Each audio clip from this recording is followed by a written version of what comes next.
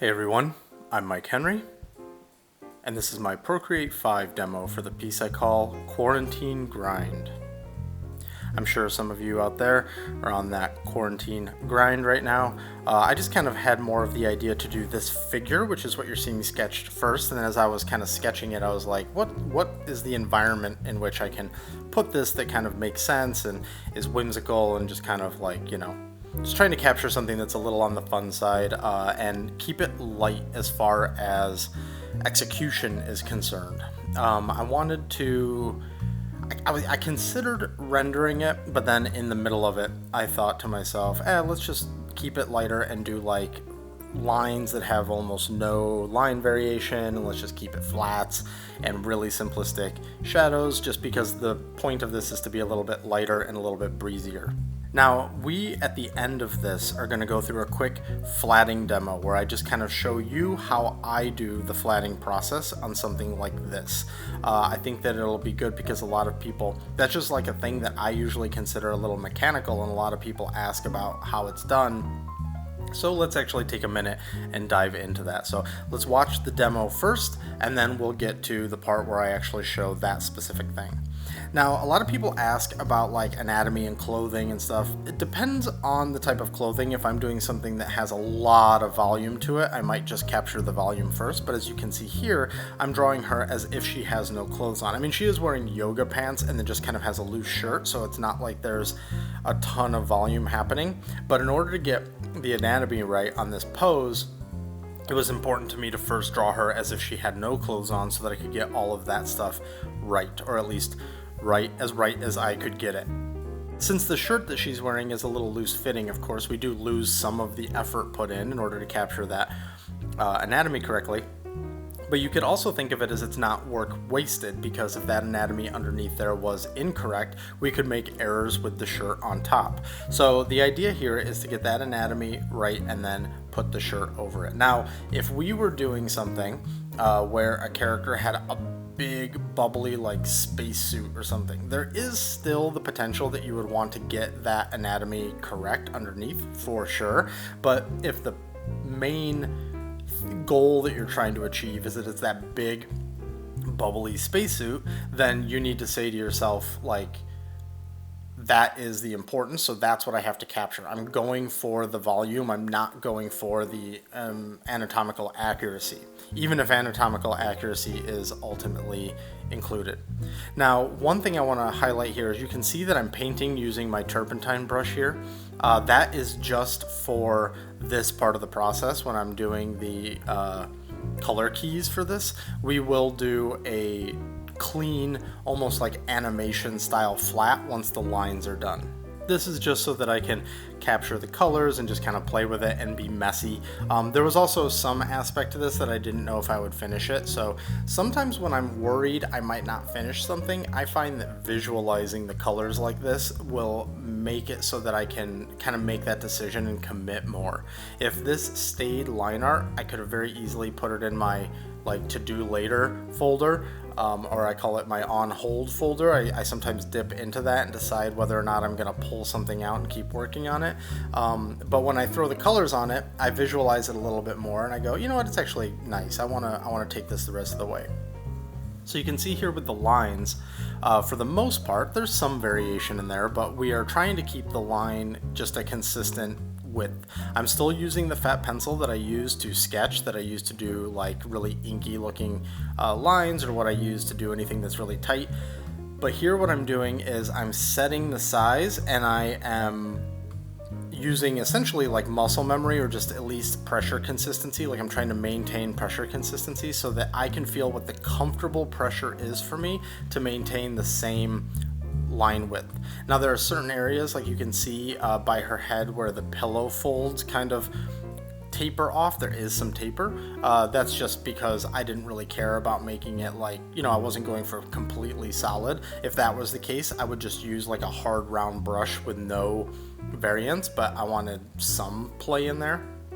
But the idea is that I'm setting the size of the pencil to what feels comfortable for the pressure that I'm putting on it to get the line thickness that I want. And then I'm just keeping it at that for the entire time. Trying to not do my usual thing of like building up lines. By the way, things like those cans, those were done with the symmetry tool to get the basic shape down, and then I went in and added all the designs on top and the little tabs in different directions just to give it some variety.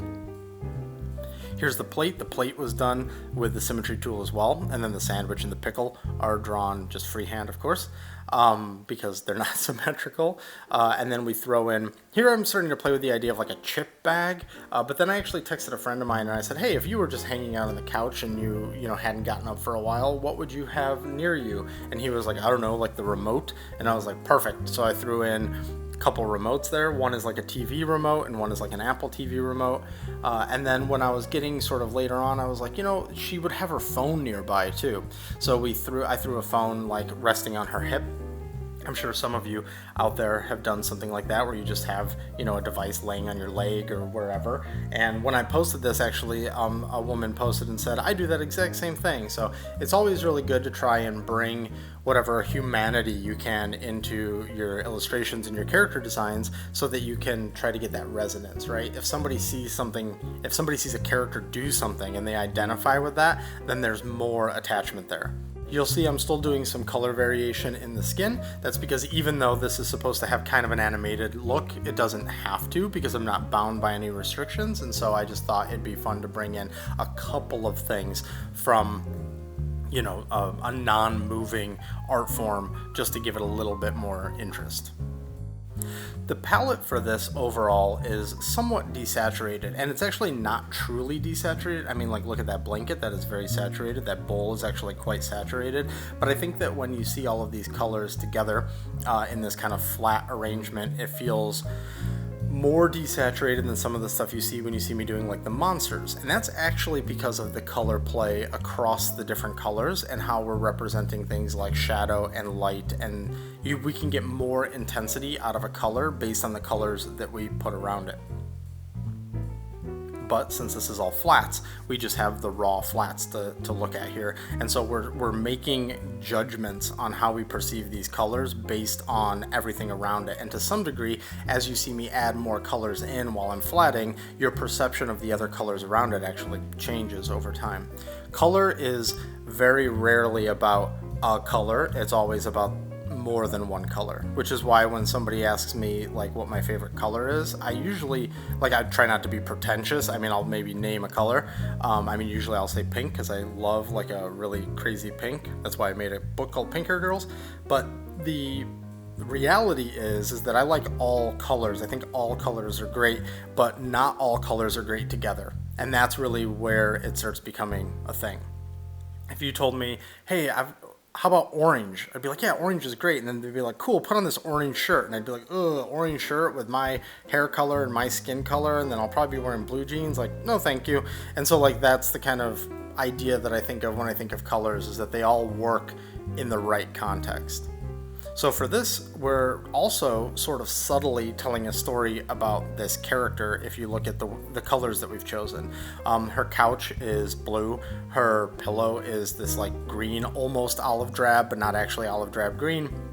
She's got the purple blanket, the pink phone, the purple accented yoga pants, and then this teal shirt. And when you look at all of that together, it's almost like you can imagine she brought that pillow from the bedroom. The bedroom has a different palette overall than the living room. She seems to maybe like pinks and purples and those types of colors, but then of course she also has other clothes, so that's where we get the teal shirt. And it's not that I'm necessarily making these decisions in a hyper deliberate way. It's more just about keeping some of these things in mind. Also that bowl, I was going for that, just everyone seems to have this dim yellow bowl that feels like it might even be new, but it kind of feels like it's from the 80s or something, and that you've just always had around and you almost don't know where you got it from. And that's kind of what I was trying to go for there. Oh, you can see right there I snuck in my goth girl as the print on her shirt.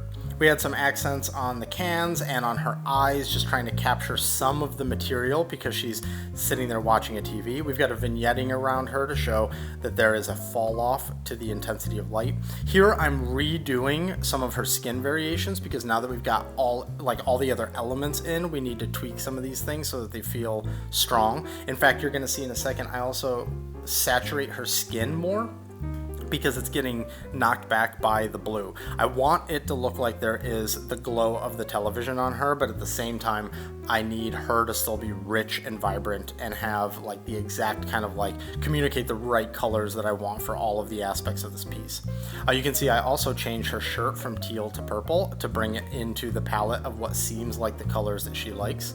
I threw my signature on there, and then I had the idea also to make this more about like almost like a show, a movie of a girl watching a movie. So in a second you'll see I'll add in the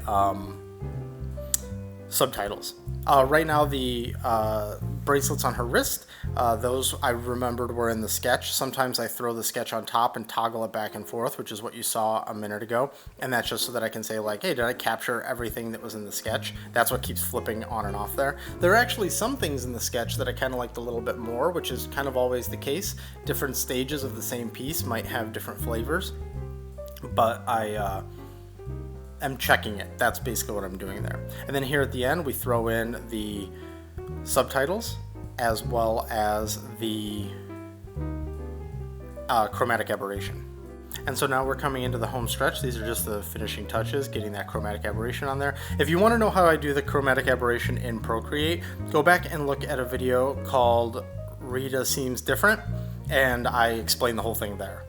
So this here is the final version of the piece. You can see it's kind of letterbox to hell because the original is letterbox as well. But let's dive in and look at the method for flattening, because I think you're going to see that it's like pretty simple and pretty easy. And yeah, let's take a look. Here we have the lines.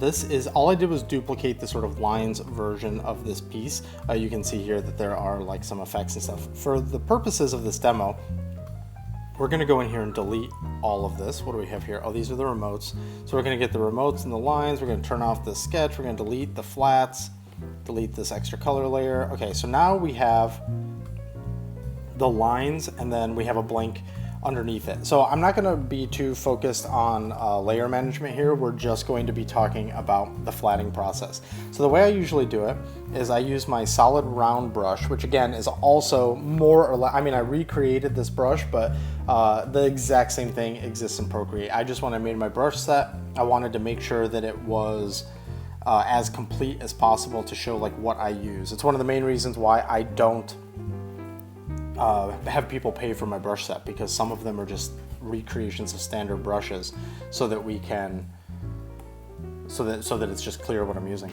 Okay, so this is this brush. It's just solid. It has a little bit of opacity, you can see there, which is good sometimes, but it's not what we're going to be using it for here. Now, this is how I do my flattening. We come in here. I'm going to start by just doing her arm right here. Since we've got the lines, and the lines are our driving factor. Let's get this a little smaller.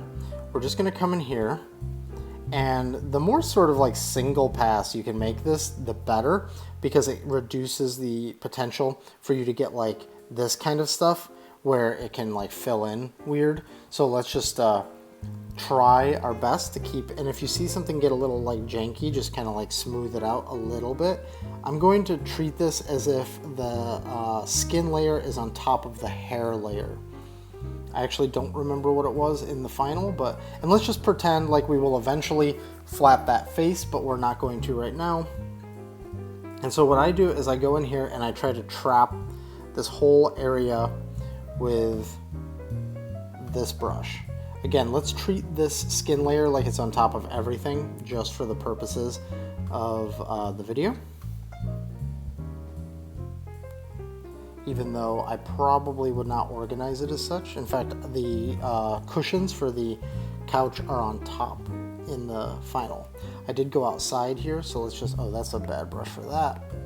Let's grab this one and just clean this up. I try not to have it exceed the line. I want the line to be the border. Okay, so you can see we've made sure that this is entirely enclosed. Excuse me. There are some areas that are probably fine, but like I would try to eliminate some of these gaps because you can get some weird fills. And then what you do is you just go to your paint bucket in the top right and you drag it. You can see here now I've got this dot, and then you release it and it fills. and it usually fills pretty good.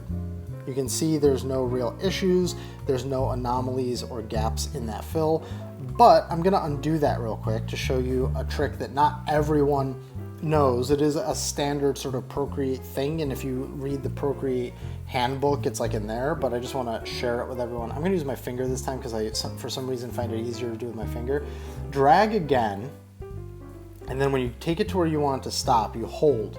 Don't lift up your finger. You can see at the top it says color drop threshold 38.4%. The point here is that while you're still holding down, you can now drag right or left. You see that percentage going up, and then you see it going down. Okay, so you're not seeing any change in what we did as a fill because that fill is like perfect, like the outline is perfect. There's no ambiguity there about that. So let's, for the sake of a demo, let's just take this and do kind of like a shittier job.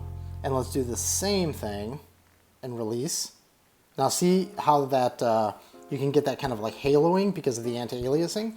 Now if we drag it left, you see, and it's subtle, but in that top little pocket there, you can see it kind of pulling back and a little bit on the edge.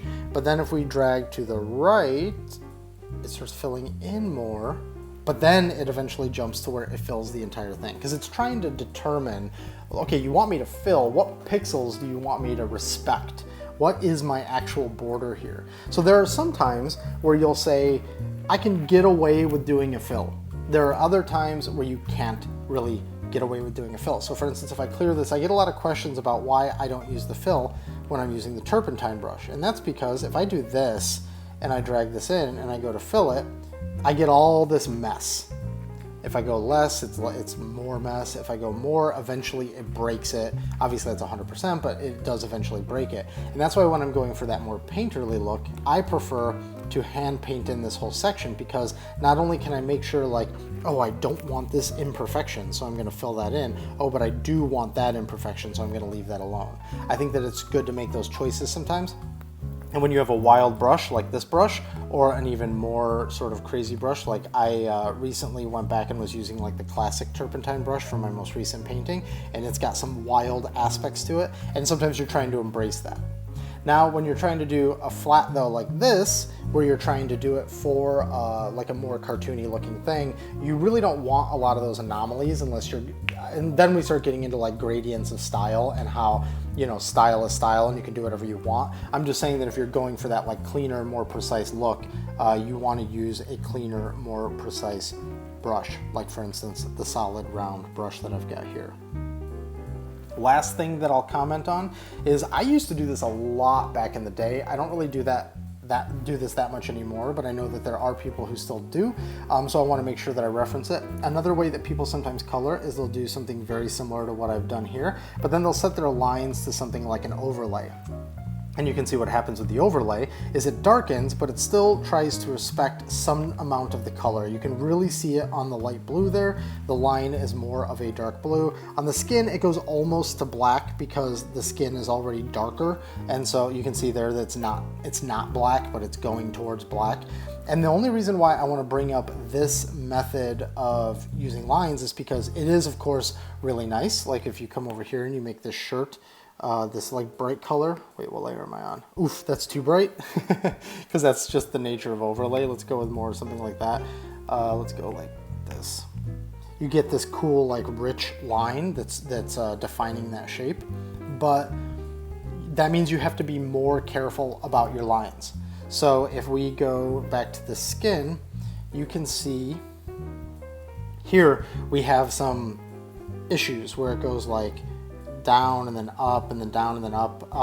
You have to be more careful with what that looks like if you're going for a really, really clean look.